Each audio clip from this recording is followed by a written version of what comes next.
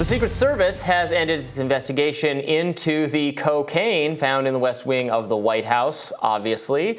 It didn't have fingerprints, and there was no suspect, no leads, so that's that, according to two sources familiar with the investigation talking to CNN. The Secret Service also issued an official statement saying that there's no surveillance footage found that provided investigative leads or other ways for investigators to identify who the cocaine might have belonged to.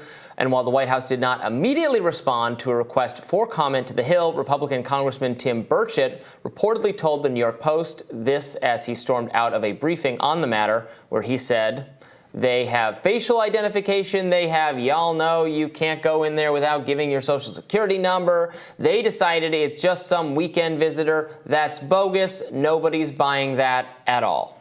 Burchett also said that an official announcement that the probe had wrapped up would come Friday.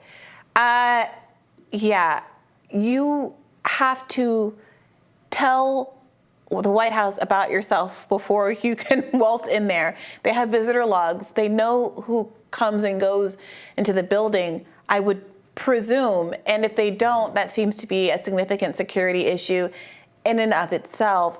So the question is, this isn't, it sounds like a generalized visitor area, like if you go on a White House tour. This is for visitors in the West Wing. So I presume that's like a smaller subset of people than everyone that's entering the White House. And you're saying that in that smaller subset of people, it's impossible to know who actually came through that space within the days surrounding, or the day surrounding the bag of cocaine having been found. It does. Look, I think that the idea that this was under Biden's campaign, cocaine and all of that is conjecture and not substantiated, but the White House's handling of this, between not really taking any questions on it, being evasive, and now shutting down this investigation, claiming that it's just impossible for the White House and all of the Secret Service engaged in safety in one of the most secure places in the entire country, can't track who brought an illicit substance into the White House. What if they had brought poison? What if they had brought a gun? I mean, what is going on there with the security protocols? And this just raises more questions to me. There should be an editorial cartoon of like all government investigators, poring over, blowing up January 6th footage to find, there's another person who maybe was there, and just like there's a bag of cocaine left in the middle of the hallway, and they're just like stepping over. Excuse me, you're in the way for my workstation to do more surveillance of the American populace. So yeah, I understand why this just sounds totally ridiculous. Again, it's not actually a big issue. No, of course not. And I don't care. We agree that it should be legal and that this should be a non-issue. Go live your life. But it is illegal. And right. Joe Biden has fought very hard to make it illegal. And Joe Biden thinks it should be illegal. Right? Yes. And we're living in a context where his own son has gotten a soft touch from the criminal justice system, having broken federal law and filling out this gun registration form when he was under the influence, declaring that he wasn't, or when he was, struggling with addiction, when he wasn't supposed to be a drug user during that time. And it's the hypocrisy of it, the act of not caring in this circumstance, when you have been such a zealot about enforcing drug laws in other parts of your life, is galling. Moreover, it's just implausible. Either you have terrible security at the White House, I'm sorry, or there is something that is being suppressed here. Now, I can understand a world where they say we don't want to stigmatize whoever brought this in. It's being handled privately. We found who the culprit is, and we're just not going to tell you about it. I would kind of accept that. It's being handled with the police force. Them. Well, it's being handled with the authorities. It doesn't have to be a national issue every time somebody is arrested for a cocaine possession. But the fact that that is not even what the argument is, it breeds suspicion. It does, including with, Donald Trump, who a couple of days ago, I believe, accused Joe Biden of himself using cocaine. Here it is. Trump claimed that they pump him up. That's a quote from Trump, with cocaine in order to get Biden to be more energetic in speeches. So obviously that's made up speculation that isn't substantiated in any way. That's just Trump being Trump. But it's going to lead people to come to those kinds of conclusions the more ambiguity is around this baggie incident? I am traveling by plane to Memphis today. So I'm going to be going through the intense airport security, which I just love so much. When they take apart your suitcase and they pick through all your little soaps and shampoos, and they wonder, what's this box of things? I'm like, these are my board games, please leave them alone. Where they do the stupidest thing of all, the hand thing. Yeah, where they swipe for chemicals or whatever. What are they? I think it's for like gunpowder residue.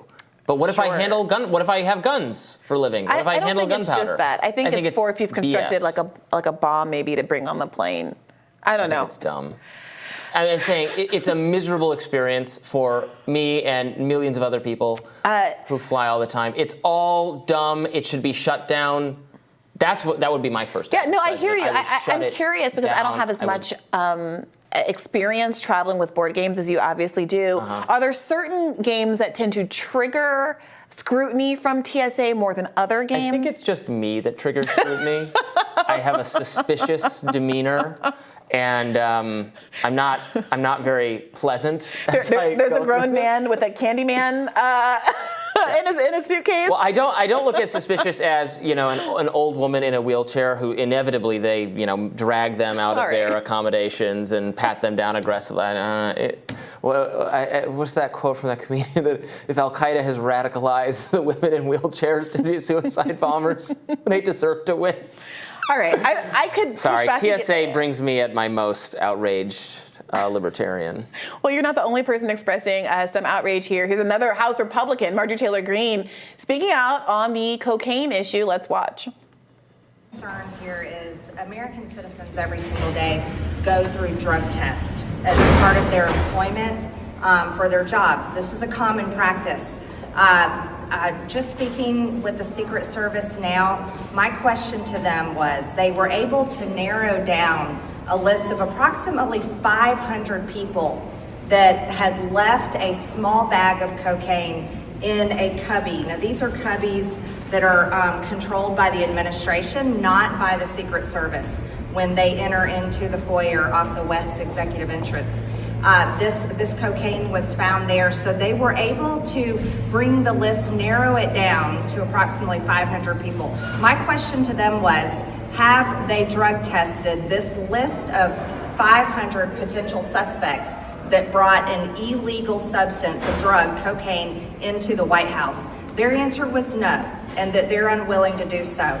It makes no sense to me whatsoever why they would not follow through on one simple task, and that is to drug test a list of 500 people that they have that are potential suspects for this, when the American people every single day go through drug tests in order to do a job, by the way, that brings them a paycheck where they have to pay their taxes. And guess what?